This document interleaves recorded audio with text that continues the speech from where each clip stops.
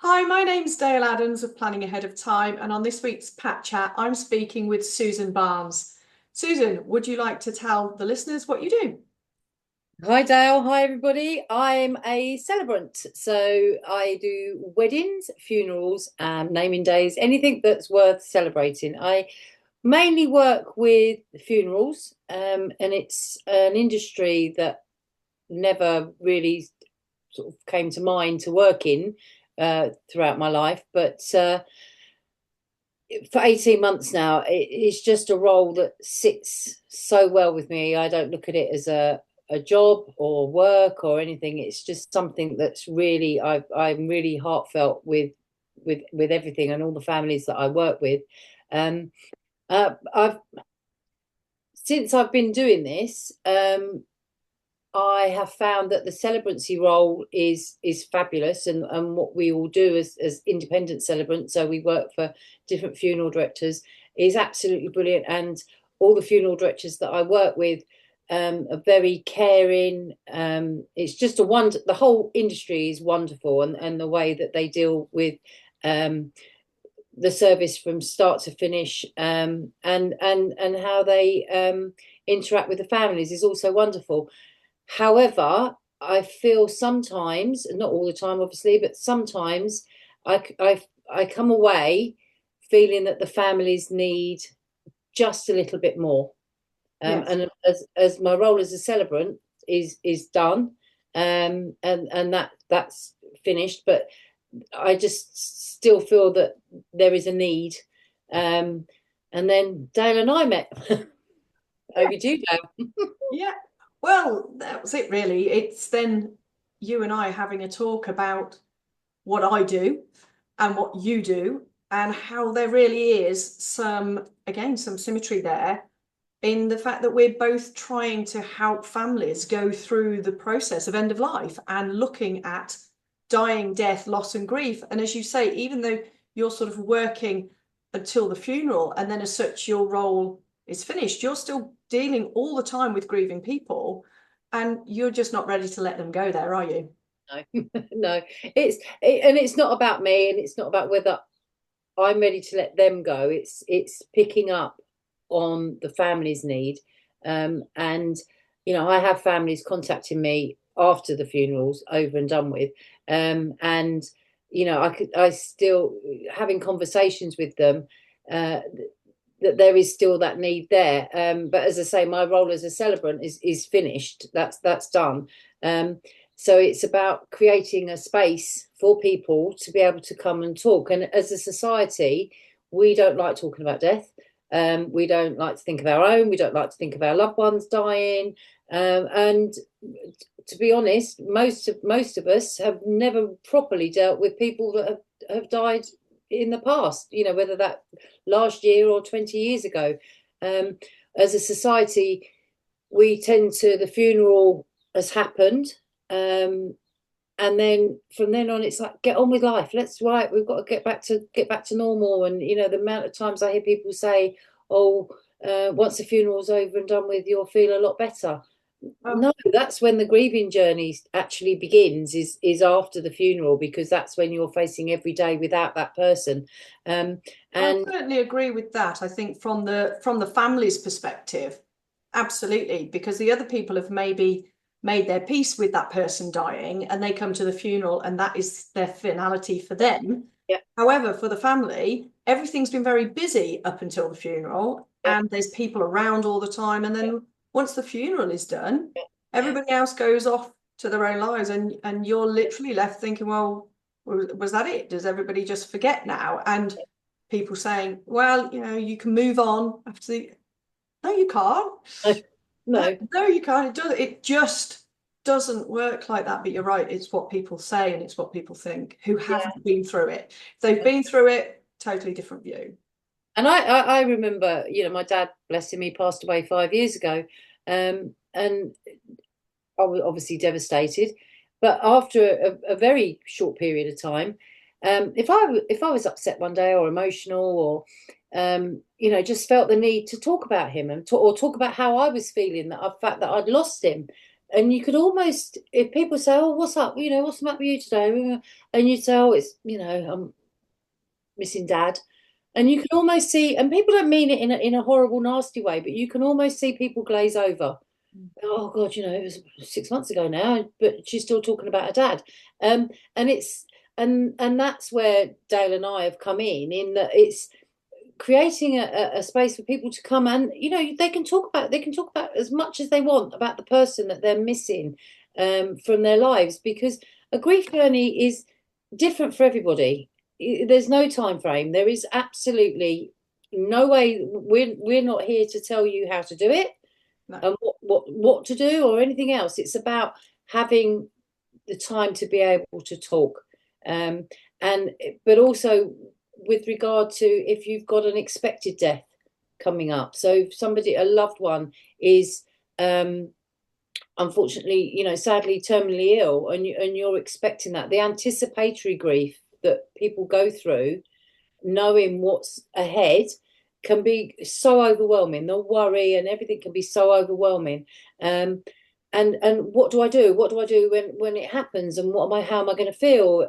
And again, it's creating that in the same space that, for people to come together, and this is open to everybody. It's not just elderly or anything else, all ages. How am I going to deal with that person passing? Or for that person who knows that their end of life is quite close, for them to come along and say, right, what do I need to do? How am I going to make this easier on my family when I pass? Because I know that they're going to be devastated. So how can I make it easier? How can I plan the funeral? What can I do for this? What can I do for that? And having that open discussion with other people that have been through the same or are going through the same, pick each other's ideas. But oh, well, I'd really like that for my funeral. Oh, I'd like that song for my funeral. Make it easier for the families that are left behind. And speak to Dayle or I and other people that are going to come along. It's about trying to make that journey as beautiful and as peaceful as we can. And you don't even have to be terminally ill.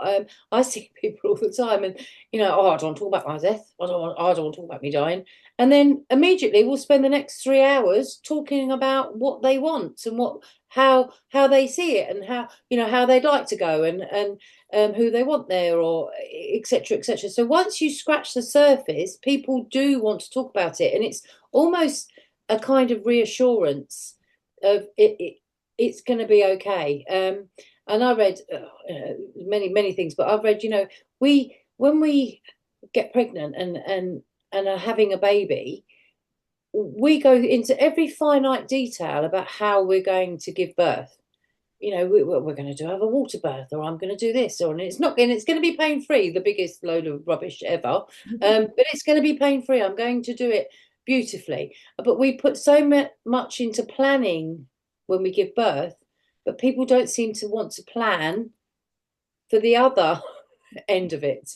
And who knows what the other end of it is? Is it a rebirth into something else? So it's about having that discussion, basically. I'll shut up now.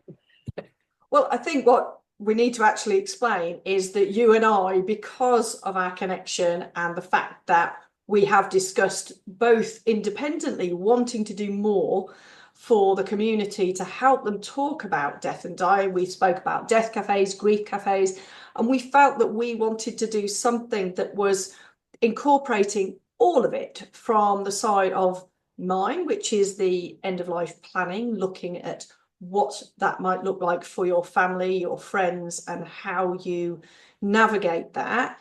Looking at your side, being the funerals, your celebration, what options are available, how can you best plan and find out what it is about what you might like. Looking then at the grief element of it. So how are they grieving? Looking at the various styles of grieving, the various stages of grieving, and supporting people through that.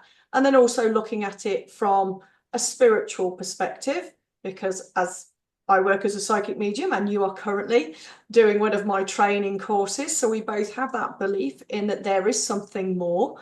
And how does that feel to people? Do they want to talk about it? Do they want to explore that as well? And so we've decided that we are going to do something to help the community.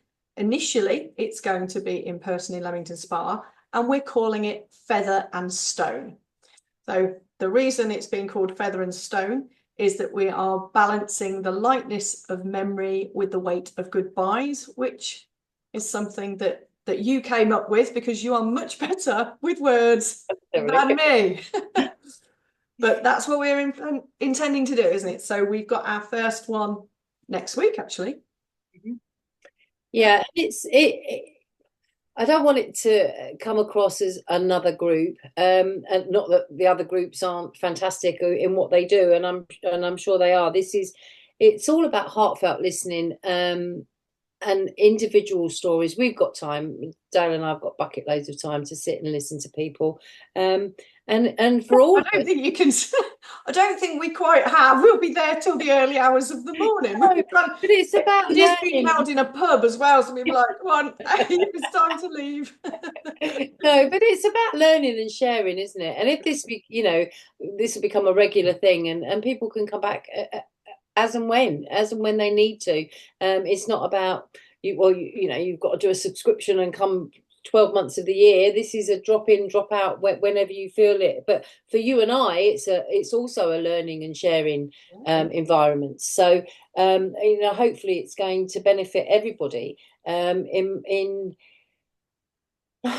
can't give guarantees. Nobody can ever give any guarantees, but it's a support network, isn't it? It's just creating that support network, and for people to be able to just come and talk, and if the person's already passed, then they can come and talk about that person. If that person's on that end of life journey, then they can come and talk about that too. Very informal. We're quite informal people, aren't we, Dayle? We are, yeah. And said being held in a pub. Yeah. It is in an upstairs room in a pub. So we're not just in with everybody else. But it's going to be the first Thursday of the month for the Leamington Spa group, which is where we're starting it. It's going to be from 7 till 9, so people can have got home from work, had their tea, and it's still not be too late for them to go back. Well, that's how we're going to start it anyway. And as you say, other people can come. I spoke to a lady today and was talking about her children, and they're sort of 17, around that age, and have gone through the loss of their dad. But in fact, it was because he moved out of the country. It's still a grief for them. They're still suffering as a loss, basically. Equally, fully welcome. It's not, although we both work in the end of life industry and it's about death and dying, it's also about anybody who is grieving and just wants somewhere to go where they can talk these things out, because we're also looking, aren't we, to put some connections in place, so people who are maybe going through the same thing would then be able to meet each other and hopefully sort of build companionship and friendship from there. And like you just said, it's not just about losing a loved one, as in a person, and somebody could have gone abroad, but also I've come across many people that have lost pets. They've lost their family dog, and they're grieving just as much as if they've lost their family member. And again, they want to talk to people, and people go, well, "It's a dog. What? Shut up! It's a dog."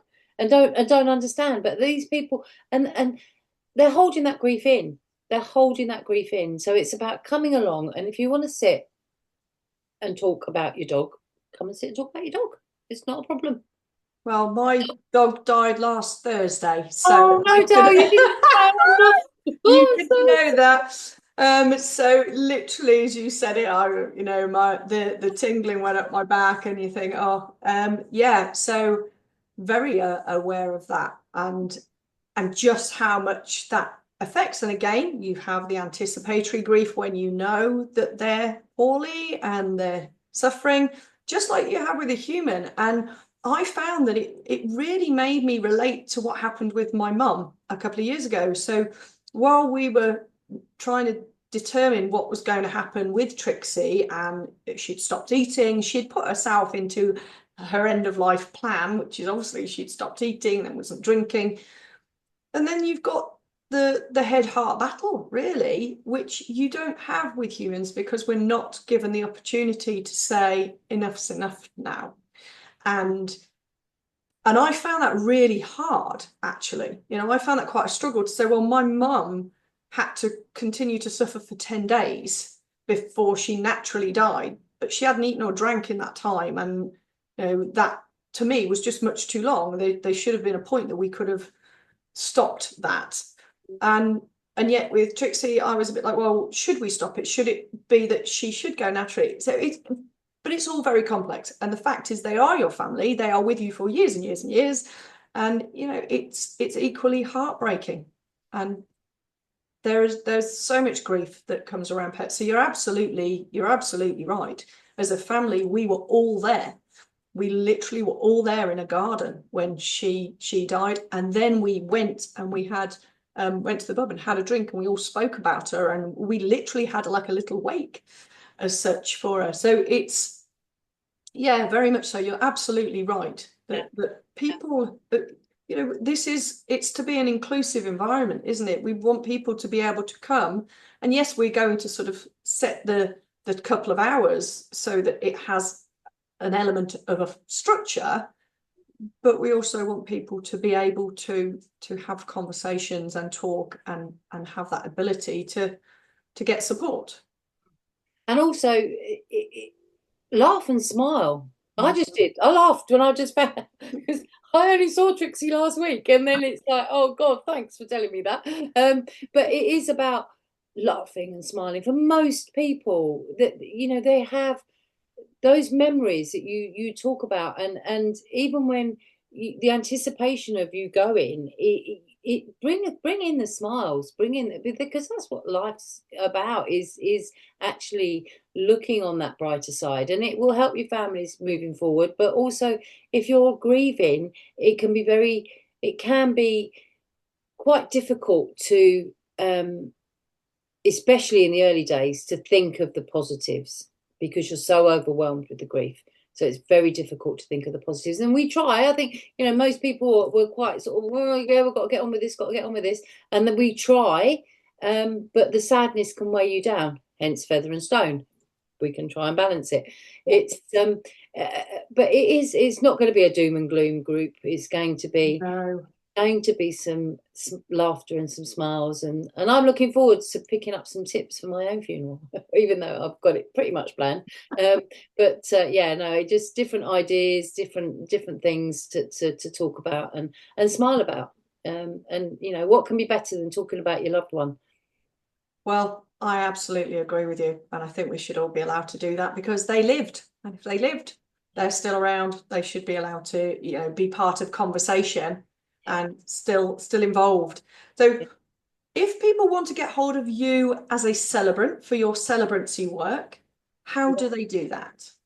So they can either look on Google me or my website. But to be honest, you can go to any funeral directors.